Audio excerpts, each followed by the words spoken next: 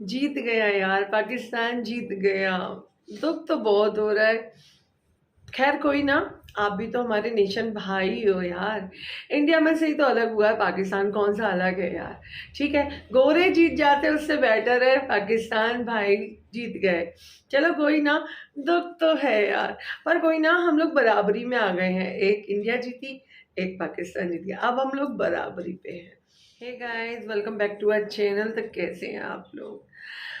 सच में गेम जो होना चाहिए वो देखने को मिला। पाकिस्तान हार गई थी तब इंडिया में जोश था, ओए होए जश्न हो रहे थे। आज पाकिस्तान जीत गई है तो पाकिस्तान वालों के यहाँ जश्न हो रहे हैं। इंडिया को बुरा तो लग रहा है यार, ऑफ कोर्स बुरा लगता है। सो बस कोई ना, बराबरी पे आ गए हैं। बात ये है कि ऑनेस्टी जीत रही है। मतलब कोई किसी भी टाइप की कोई चीटिंग या किसी भी टाइप का कोई ऐसा देखने को नहीं मिल रहा, और सच में रियल प्लेयर जो अपनी मेहनत से जीत रहे हैं। और कल के मैच के सुपर डुपर हीरो कौन है? मोहम्मद रिजवान। क्या बात है, क्या छक्के चौके, ओ भाई क्या पारी के लिए। तो सीबी अरसलन भाई जी ने वीडियो रिलीज कर दी है, तो चलिए आके देख लेते हैं उनकी कुछ खूबियाँ कुछ कमियाँ। तो विदाउट टाइम वेस्ट करिए गाइस, जितने चैनल को सब्सक्राइब नहीं किया सब्सक्राइब, इंस्टाग्राम पे फॉलो, लेट्स गो।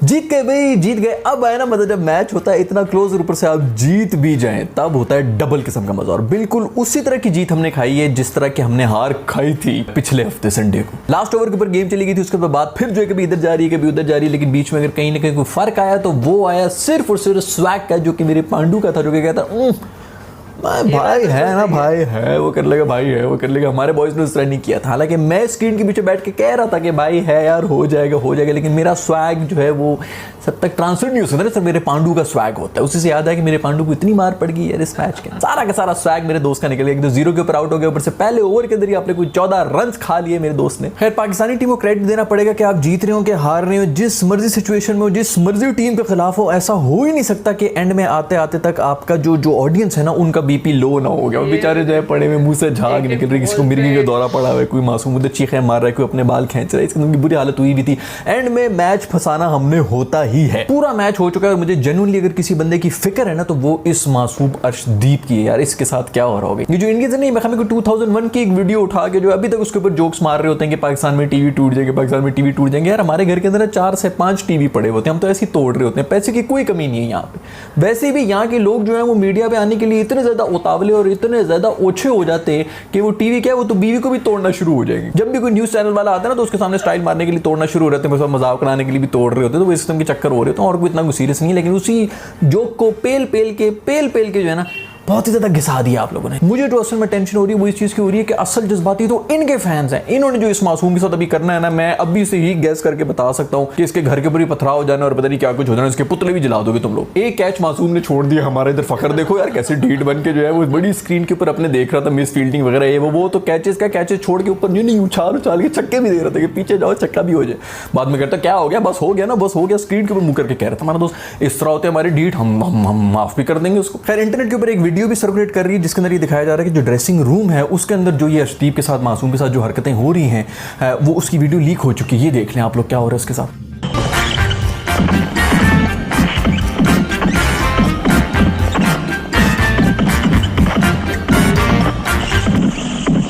लेटेस्ट खबरें ये हैं कि अभी से उसको गालियां पड़ना शुरू हो चुकी है। अभी मैच खत्म हुआ और मैं ये वीडियो बनाने के लिए बैठ गया हूं और वो जो भज्जी है उसकी ट्वीट भी आ गई, खुदा के लिए इसको छोड़ दो, ये कोई तरीका नहीं है, वो बड़ा अच्छा हमारा प्लेयर है। और वो डिफेंस में आना शुरू हो गया क्योंकि इस मासूम की जो है जिंदगी अजाब हो गई है। सब इंडियंस जो है वो इस मासूम अर्शदीप को गालियां देने के अंदर बिजी है। कोई भी जो है ना इस बारे में बात ही नहीं कर रहा कि भूवी ने कोई पता नहीं 19-20 रन का ओवर करा दिया था, 19th ओवर जो था। वैसे को कमाल का भाईचारा शुरू हुआ है पाकिस्तान और इंडिया के बीच में। उनका जो है वो भूमि इंजर हुआ है तो यहाँ पे शाहीन साहब भी जो है वो बैठ गए हैं। उधर उनका जडेजा इंजर हुआ है तो यहाँ पे धानी साहब भी जो है वो भी बैठ गए। उनका जो है वो अर्शदीप अगर पाकिस्तान की तरफ से खेल रहा है तो हमारा भी फखर जो है वो इंडिया की तरफ से खेलना शुरू हो गया। हमने जो है ना पूरे का पूरा भाईचारा जो है वो बैलेंस किया। फखर भाई की जो हरकतें थी इस मैच के अंदर वो बहुत ही कमाल थी। सबसे पहले तो मैं उस कैच के बारे में बात करूंगा जो कि पहले मैच के अंदर इन्होंने कोहली का ड्रॉप किया था। उससे नसीम शाह के कॉन्फिडेंस को कितना डेंट पड़ा होगा और उसके बाद वो गेम कहां से कहां पहुंची थी। अगर एक पहले ओवर के अंदर 2 इंडियन आउट हो चुके होते, प्रेशर सिचुएशन ही कुछ और होती, वो भी उन्होंने कैच ड्रॉप किया था और आज भी उन्होंने हरकतें की हैं। जब रोहित शर्मा हमें पेल रहा था, चारों तरफ छक्के मार रहा था, उसके बाद बाद इन्होंने हरकत की है, कुछ दिल की भी आंखें बंद हैं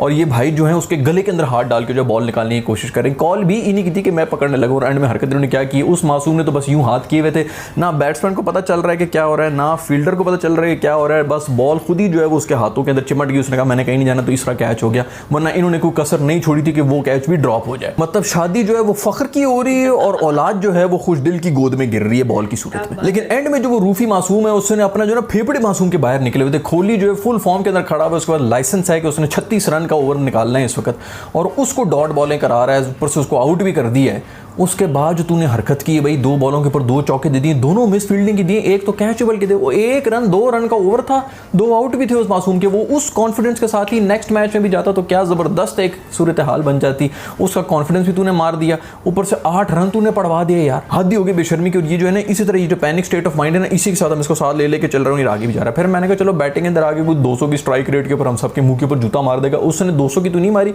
उसने 20 की स्ट्राइक रेट के ऊपर टेस्ट की इनिंग्स खेल ली, ऊपर से मैच जो है वो मजीद इंडिया के हाथ में दे, आउट भी हो गया। अच्छा फिर जो आउट भी हुए वो इस तरह के हुए हैं कि बॉल जब उन्होंने उठाई है तो ऊपर जब जा रही है और उसने जब कैच पकड़ लिया तो परेशान होकर देख रहे फील्डर को, ये इस तरह कैच थोड़ी होता है, हमने तो ये रूल सेट किए हुए थे कि जी बॉल उठा के जो है चौके करने थे। भाई ये कोई रूल नहीं होते, ये तेरे ही रूल थे। ऐसे वो अर्शदीप मासूम ने जो कैच ड्रॉप किया था ना यार, उससे पहले मेरा ख्याल में कोई 1.5 घंटा लिया था थर्ड अंपायर ने, वो जो आसिफ अली का जो वो स्निको के ऊपर आ रहा था, वो रोहित शर्मा तो वैसे भी कोई मेंटल हो गया था, पहले तो अर्शदीप के ऊपर भी पागल हो गया जब उस पर आउट होता है, उसको तो पूरा इंडिया पागल हो गया था उसके ऊपर। लेकिन उसके बाद जो है वो अंपायरों के ऊपर भी जाके उनसे भी लड़ाइयाँ कर रहा है, इसके ऊपर भी लड़ रहा है कि भाई ये कौन सा यार, ये कौन सा स्निकोमीटर के अंदर जो पहला मैच हुआ था ना एशिया कप का, उसके अंदर एग्जैक्टली इसी किस्म का आउट दे दिया था। मैंने को पिछली 2 एपिसोड पहले इसी के बारे में बात की हुई थी कि यार इतनी जो मूवमेंट होती है ये इसके ऊपर लाइन के ऊपर, ये तो जो बैट्समैन होता है उसके पेट में से गुड़गुड़ की आवाज़ों से इतनी मूवमेंट आ जाती है, इसके ऊपर कौन से आउट बनते हैं वो इसके ऊपर भी सोच रहे थे कि आउट है कि नहीं है। यार हद हो गई भाई, ये हरकत क्या थी इसके ऊपर जो इतना टाइम ले रहे थे, ये उनकी पूरी कोशिश थी कि भाई इसके ऊपर आउट दे दे। खैर 1.5 घंटा उन्होंने लगाया इसके ऊपर, नॉट आउट दे दिया। उसके बाद आसिफ भाई ने जो वो शॉट है ये खेल ली कि वो तो शुक्र है अर्शदीप भाई जो है हमारी साइड पे थे तो उन्होंने वो कैच पकड़ानी, नहीं तो गेम उधर जो है बिल्कुल ही पलट गई। खैर जो भी वो जो स्टार्ट किया था इंडिया ने, उसके अंदर जो शर्मा ने और केएल राहुल ने इनिंग्स खेली थी, हमारे जितने भी जो बॉयज़ हैं ना फास्ट बॉलर्स, उनकी जो है वो लग पता गया था कि भाई किस किस्म की बैटिंग है। हम बहुत ही ज़्यादा थोड़े ओवर हो जाते हैं, 1-2 दफ़ा हमने उनको आउट क्या कर दिया तो हम समझते हैं कि कल के बच्चे ऐसी कोई बात नहीं, वो बड़ी उम्रों से खेल रहे हैं, उनके रिटायरमेंट के दिन आए हैं और उन्होंने अपना पॉइंट प्रूव किया हुआ पूरी दुनिया के अंदर जाके बैटिंग करके। तो उन्होंने आज वो दिखा भी दिया इस मैच के अंदर कि भाई किस तरह बैटिंग होती है और हमारे बच्चे जो है उनके हाथ पाँव फूल गए थे। मैं इसीलिए कह रहा था, मेरी तो कुछ सुन ही नहीं रहा, मैं इसीलिए भाई कह रहा था कि हसन अली को रख लो, कम से कम उसके पास एक्सपीरियंस तो है ना, जो हसनैन मासूम के साथ हुआ ज़्यादा से ज़्यादा यही हो जाना था। लेकिन उसको हमने इसलिए नहीं रखा क्योंकि मीडिया का प्रेशर है, सोशल मीडिया का प्रेशर है, लोगों ने जो उसकी मीम बनाने थे, ये करना था वो करना था, तो हमारी जो मैनेजमेंट है वही डर रही थी कि भाई ये हम इसको अगर रख लिया और उसने मार खा ली तो हमारी तो जान खा जाएंगे कि हसनैन को क्यों नहीं रखा। भाई यार कोई ये कुछ छोटे मैचेस नहीं होते इंडिया वाले, क्रूशल मैचेस होते हैं, नर्व्स वाले होते हैं। इसके अंदर जो है उसके पास कम से कम एक्सपीरियंस है। अगर वो खुद बॉलिंग नहीं भी कराता तो वो रूफी को या किसी और नसीम वगैरह को कोई अच्छी टिप भी देता था कि भाई इधर बॉल करा, इसकी ये वीकनेस है, या इस पिच के ऊपर यहाँ पे पिच करनी चाहिए। अगर उससे नहीं भी हो रही, बाज़ वक़्त आपके दिमाग में तो चीज़ होती है ना, एक्सपीरियंस भी किसी चिड़िया का नाम है, लेकिन आपसे एग्जीक्यूट नहीं हो रहा तो आप किसी और को अच्छा मशवरा ही दे देते हैं। हसनैन ने क्या मशवरे देने होंगे बाकियों को, वो तो खुद मशवरे मांग रहा होगा। कुट्टे खा के मासूम की बुरी हालत हुई थी, ठीक है उसमें भी टैलेंट है, लेकिन यार इस किस्म के मैचेस के ऊपर आप नहीं रख सकते। दूसरा, हसन अली को मैं पहले भी ट्वीट कर चुका हूँ, खुदा के लिए टीम के अंदर रख दो, इसने एक एक करके सबको इंजर कर देना है भाई। वो इतनी कुछ स्ट्रीक के ऊपर गया है, सारे जो प्लेयर्स हैं ना वो डरना शुरू हो गए हैं, वो कमरों के अंदर कुंडी लगा के अंदर बैठे हुए होते हैं, उनको यही डर होता है कि भाई नहीं ना आ जाए। कोड वर्ड उन्होंने रख दिए, दरवाजा ही नहीं खोलते हैं कि जब तक कोड वर्ड वो बोलेगा नहीं बाहर वाला तब तक हम खोलेंगे नहीं। सब डर रहे हैं इससे कि कभी भी घुस के किसी को भी इंजर कर सकता है। इसको ना रोका ना तो इसने जाके इंडियन प्लेयर्स को भी मारना शुरू कर देना। ये कोई बिल्कुल साइको हो चुका है भाई, इसको टीम में रख लो किसी तरह। खैर कोई बेहतरीन किस्म का कमबैक किया हमारे स्पिनर्स ने जो किया, उसके अंदर नवाज और शादाब की मैं क्या ही बात करूँ, तो विकेटें तो ली, उसके बाद जो स्कोर रोका है, ये तो आखिरी ओवर के अंदर कोई उन्होंने 10-1 रन मजीद हमने खा लिए थे फ़खर साहब की वजह से, वरना ये जो स्कोर था ये कोई भी स्कोर नहीं था जिस तरह इनका स्टार्ट थे। कम से कम 200 पे जा रहे थे, कम से कम अभी भी जो है वो 20 रन शॉर्ट थे, 10 रन खाने के बावजूद आखिरी ओवर में, तब कोई 30 रन एक शॉर्ट हो जाते, अगर वो भी पीछे होता। सारा का सारा क्रेडिट जाता है हमारे स्पिनर्स को, क्या कोई बेहतरीन किस्म का कमबैक किया बॉयज। और नवाज ने तो फिर उसके बाद जो इनिंग्स भी आके खेली है यार, मतलब बॉलिंग नहीं, उसने इनिंग्स भी, वो होता है ना खानदान के अंदर एक हमेशा एक बच्चा होता है जो हमेशा से नालायक रहा होता है, उससे किसी को उम्मीद ही कोई नहीं होती ना ग्रेड, बाकी बच्चे जो बड़े ग्रेड फील्ड आ रहे होते हैं अपनी तरफ से, जो बड़े डॉक्टर इंजीनियर बन जाते हैं, और बहुत लोग जो उनकी मिसालें दे रहे होते हैं। ये एक कोई कोने में बैठा होता है जो कहीं भी लफंटर किस्म का होता है, नालायक सा होता है, और ये कोई बहुत बड़ा बिजनेसमैन बन जाता है, कोई सेलिब्रिटी बन जाता है, इस की चीज़ बन जाता है, लोगों को उम्मीद ही नहीं होती है। ये बिल्कुल वही बंदा है, इससे ज़्यादा उम्मीदें नहीं होती लोगों को, और ये बहुत ही को कमाल किस्म का। इसकी सबसे जो हाईली अंडररेटेड हमारा हमारा इस वक्त बॉलर है ना वो नवाज है, बेहतरीन थिंकिंग हेड है, सोच के ये बॉलिंग करा रहा होता है, बेहतरीन इसके ओवर निकलते हैं, लेकिन वो मेरे ख्याल में ज़्यादा फ्लेयर नहीं है और उस तरह जो लोग इसको इग्नोर कर लेते हैं, इनको क्रिकेट समझ नहीं होती।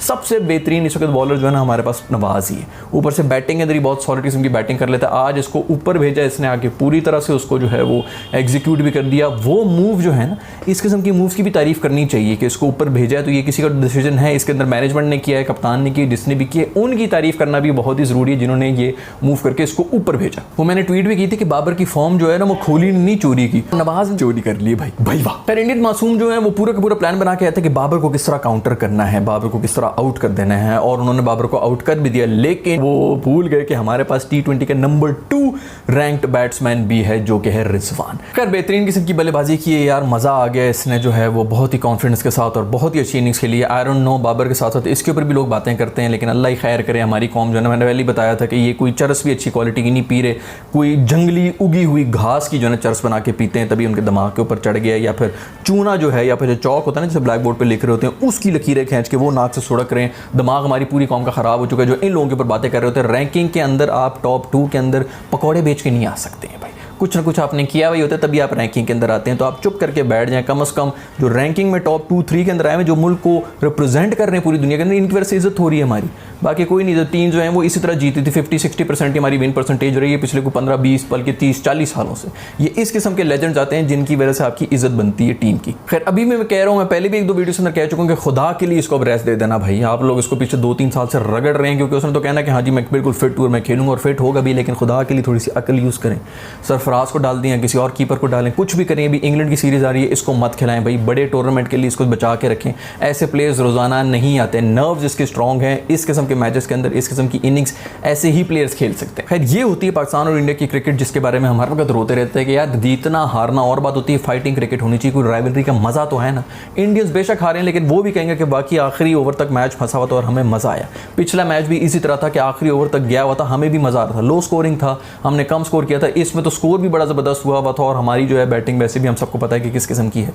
तो बेहतरीन किस्म की क्रिकेट हुआ, और यही क्रिकेट जो है बहुत ज़रूरत भी है क्रिकेट वर्ल्ड को। आप सोचें कि हमारी जो थर्ड वर्ल्ड है, अगर इसी को हम लोग कैश करें, इस चीज़ को एशेस की तरह हम लोग करें, हर साल में एक दफ़ा हमारी जो है 5 या 7 मैचेस की T20 की सीरीज़ हो, उसके बाद एक टेस्ट मैचेस की सीरीज़ हो, साल में एक दफ़ा, ये हर दफ़ा हो।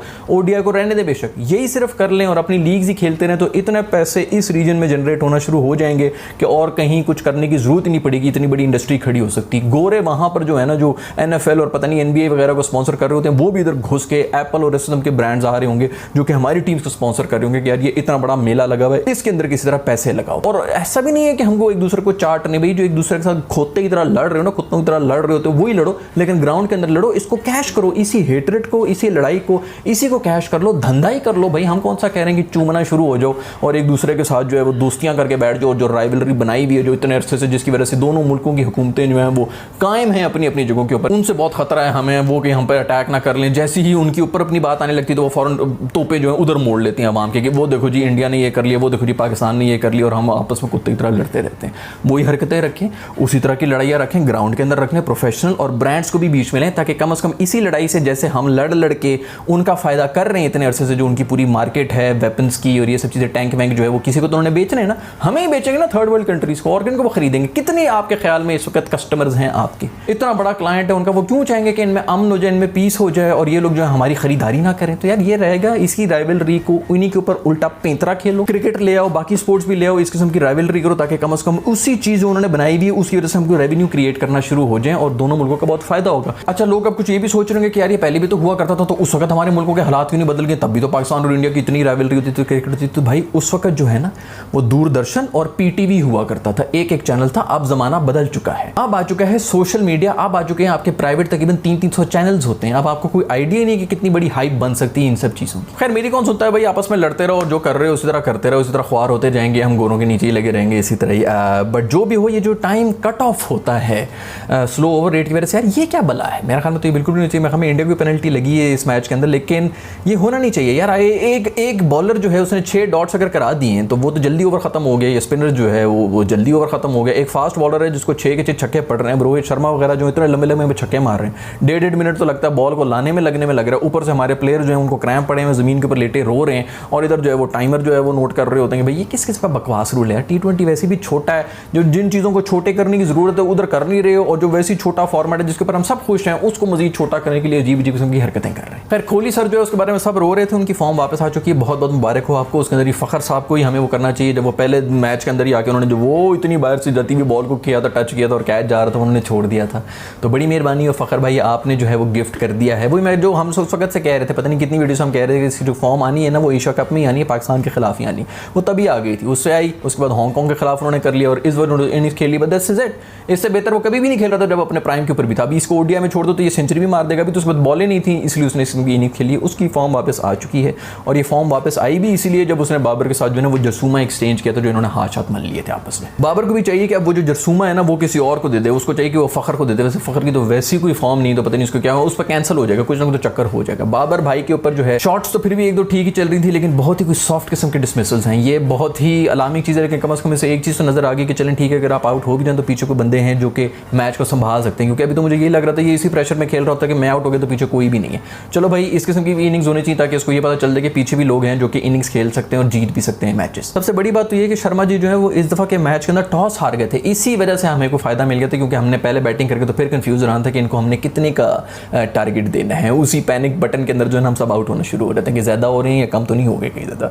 तो वो बेहतर है कि हमने चेज ही कर लिया, इसी वजह से हम जीत गए, वरना हमें कोई आइडिया नहीं होता था हमने कितने रन बना। तो श्रीलंका और अफगानिस्तान का भी मैच हुआ था जो कि बड़ा ही जबरदस्त किस्म का हुआ था। फिर एक नेल बाइटर था जो कि श्रीलंका जीत गया। श्रीलंका जो है वो बांग्लादेश वालों ने उनके साथ पंगा लिया था, वो गुस्सा बाकी सब पे कर गए। खुद तो तुम लोग चले गए हो भाई, हमारे लिए जो है वो श्रीलंका को तुम लोगों ने वो सोता हुआ शेर था उसको उंगली आपने कर दी है, अब वो हम पे ऊपर धाड़ना शुरू हो गया भाई। खैर ये मैच जो है ना आगे बहुत ही ज्यादा फंसे सके, और मेरी अभी बात नोट कर रहे हैं कि ये बात जो है ना एंड के ऊपर आ जाएगी नेट रन रेट के ऊपर। तो आपने खाली जीतना ही नहीं है मैच, आपने अच्छे मार्जिन से भी जीतना है, क्योंकि ये आगे बहुत ज्यादा खिचड़ी बनने लगी और फंसने लगा है। कोई ना कोई टीम मुझे लग रहा है कि नेट रन रेट के ऊपर ही बाहर निकल जाएगी और वो बहुत ही अनलकी हो जाएगा उनके साथ। एक और सबसे बड़ी खबर ये भी कि जिम्बाब्वे ने ऑस्ट्रेलिया को हरा दिया क्रिकेट में ओडीआई मैच के अंदर, और वो भी ऑस्ट्रेलिया के होम ग्राउंड के ऊपर उनकी फुल स्क्वाड टीम को। भाई जेन्युइनली खुशी होती है बेसिकली क्योंकि छोटी टीम जो है वो किसी बड़ी टीम के साथ अपसेट कर देती है, स्पेशली अगर वो हम ना हो हमारे खिलाफ ही किसी से जीते हो तो बड़ी खुशी हो जाती है। ये बंदा जो है यार ये अभी पिछले कुछ दिनों पहले उसने पता नहीं कोई 5 छक्के मारे थे और एक चौका मारा था, 34 रन का ओवर खेला था बांग्लादेश के खिलाफ। अभी जो है वो फिर इसने कोई पता नहीं 4-5 विकेटें ले ली हैं ऑस्ट्रेलिया के खिलाफ इस मैच के अंदर भी। और ये वही है वो जो गेंद के बारे में कह रहा था कि यार हमारे जूते फटे हुए तो हम गेंद लगा लगा के थक गए, हमें कोई स्पॉन्सर दे दे। मुझे पूरी यकीन है कि अभी जो है इस जीत के बाद भी इनको कोई स्पॉन्सर तो नहीं मिला होगा, लेकिन फिर भी चलो कोई इंटरनेशनल ब्रांड्स जो है उनको चाहिए कि इसको स्पॉन्सर करना शुरू करें, क्योंकि बेहतरीन किस्म के क्रिकेट खेल रहे हैं जिम्बाब्वे। मुझे उम्मीद है कि आज की वीडियो आपको जरूर पसंद आई होगी। अगर ऐसा है तो यार देखो सब्सक्राइब के बटन को तुम लोग अभी पिछली वीडियो के ऊपर कुछ 60% लोगों ने देखी, जो सब्सक्राइबर्स ही नहीं है यार, ये मतलब एक हद होती है। खैर 24 सितंबर को मैं आ रहा हूँ कनाडा टोरंटो के अंदर, हम अवार्ड्स हो रहे हैं, मैंने पिछली वीडियो के अंदर भी बताया था, इधर ही बता रहा हूँ आप लोगों को। टिकट्स जो हैं वो यहाँ से मिल जाएंगे, तो आप लोग वहाँ पर आए, CBR भी मुझे मिलो टोरंटो के अंदर आके, ठीक है ना। बस बातें बहुत हो गई कि इधर नहीं आते उधर नहीं आते, मीटअप नहीं करते, मैं आ रहा हूँ तो बाबा आके मिल भी लेना मेरे से। I will see you in the next video, bye.